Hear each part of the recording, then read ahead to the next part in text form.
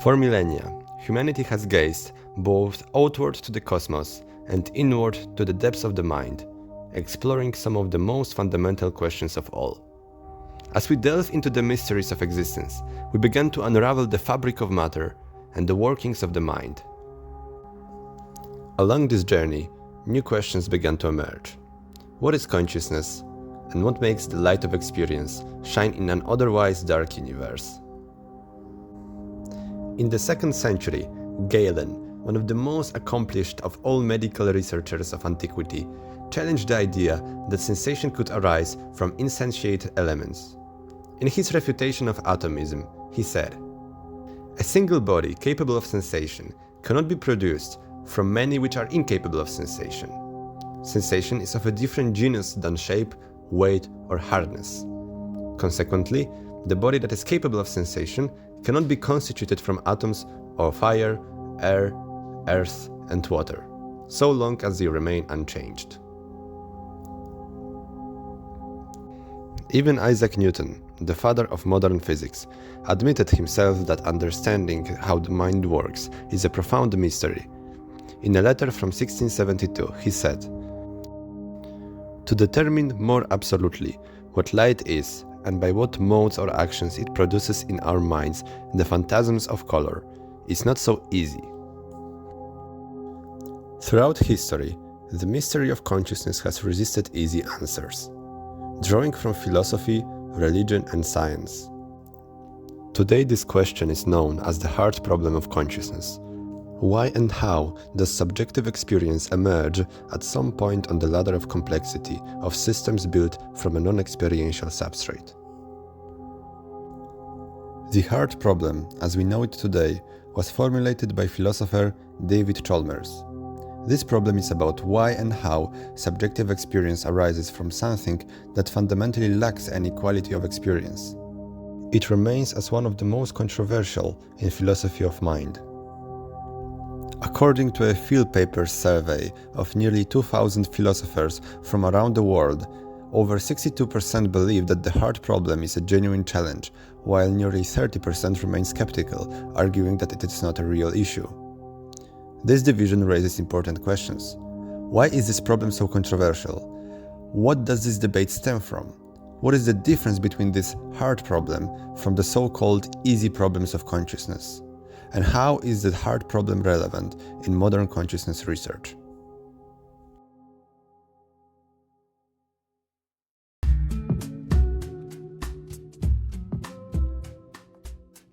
To start, let's define our terms. Consciousness can be an ambiguous word, referring to anything from being awake and alert to having self-awareness or even simply the ability to perceive. In this context, we focus on consciousness as described by philosopher Thomas Nagel in his famous paper, "What is it like to be a bat?" Nagel defines consciousness as the presence of a subjective experience, the idea that there is something it is like to be a conscious entity. Now, imagine for a moment, what would it really be like to be a bat?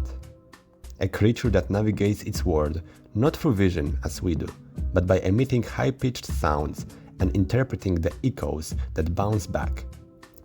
This is not just a different way of perceiving. It's an entirely alien form of experience. What is it like to sense the world through sound waves instead of light, to have wings instead of hands, and to hang upside down in a dark cave as a natural resting state? These experiences are far beyond what we could possibly imagine, yet they are presumably as real to the bat as our own experiences are to us. It is that what is it likeness that interests us. How it feels to truly embody a certain experience that each being might perceive in their own way. To understand the hard problem, it helps to distinguish it from the so-called easy problems of consciousness. The term easy should be taken with a grain of salt, as these problems still involve complex and challenging questions about how the brain functions and processes information. They include questions like, what are the neural correlates of consciousness? How does the brain enable us to report mental states or integrate information? How does the cognitive system access and use its own internal states?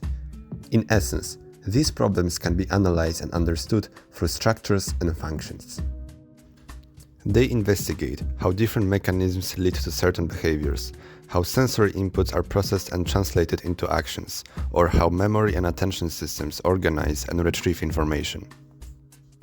The hard problem, however, goes beyond explaining these functions. It asks a deeper question. Why does any of this give rise to subjective experience?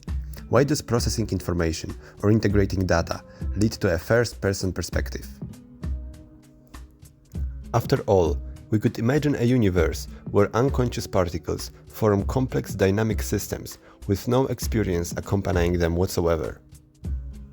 This question underlies all these processes, but resists reduction to mechanisms alone.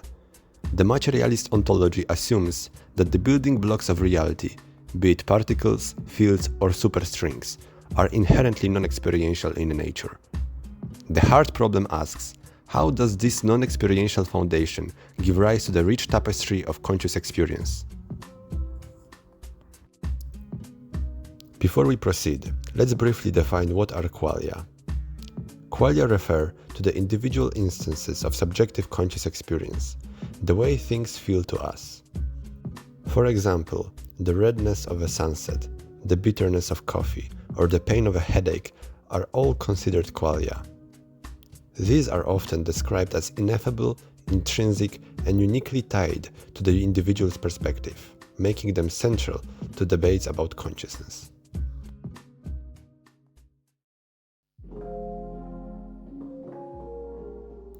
Talking about consciousness is notoriously difficult, not just because it is a complex subject, but because people fundamentally disagree about the nature of the problem itself. Scholars often fall into two broad intuition clusters: those who focus on explaining why we think or claim to have consciousness, and those who view conscious experience as self-evident and irreducible. The first group centers on what's called the meta-problem of consciousness, which is about understanding the cognitive and neural processes that lead us to talk about, describe, and believe in consciousness.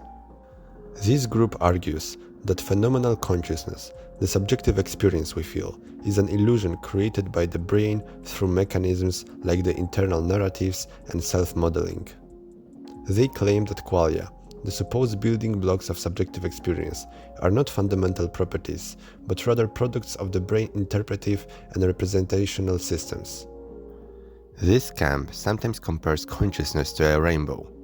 Just as a rainbow is not a physical object, but an appearance arising from specific conditions involving light and water droplets, consciousness is not a private inner world of qualia, but an impression created by complex neural processes. In other words, instead of asking, what is consciousness, they ask, why do we feel like we have it in the first place? The second group insists that no explanation is complete unless it fully accounts for the immediate and undeniable reality of our subjective experience, like what it feels like to see red or feel pain. This conceptual divide makes communication between these camps challenging. One side sees the discussion as veering into metaphysical speculation, while the other accuses their opponents of ignoring the very essence of that which we are trying to explain. In this video, we'll accept the self-intimate, self-disclosing, and direct nature of qualia. So, how can we go about solving the problem? This challenge cannot be resolved by simply uncovering more mechanisms and functions, because this only begs the question of why these mechanisms and functions give rise to subjective experience. Mechanisms can describe the workings of the brain, like how neural circuits process stimuli, but they fail to explain why those processes are accompanied by an inner, felt experience.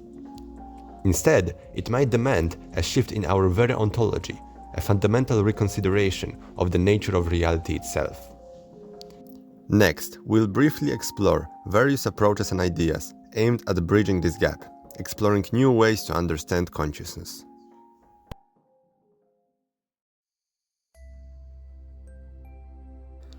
One major distinction worth considering is one between the monistic and dualistic frameworks. Dualism being the idea that the world consists of two kinds of stuff, the mental and the material, which are fundamentally distinct. Monism is the idea that there is only one essence to reality, be it mental, material, or something entirely different, where the apparent differences are all expressions of a shared underlying foundation.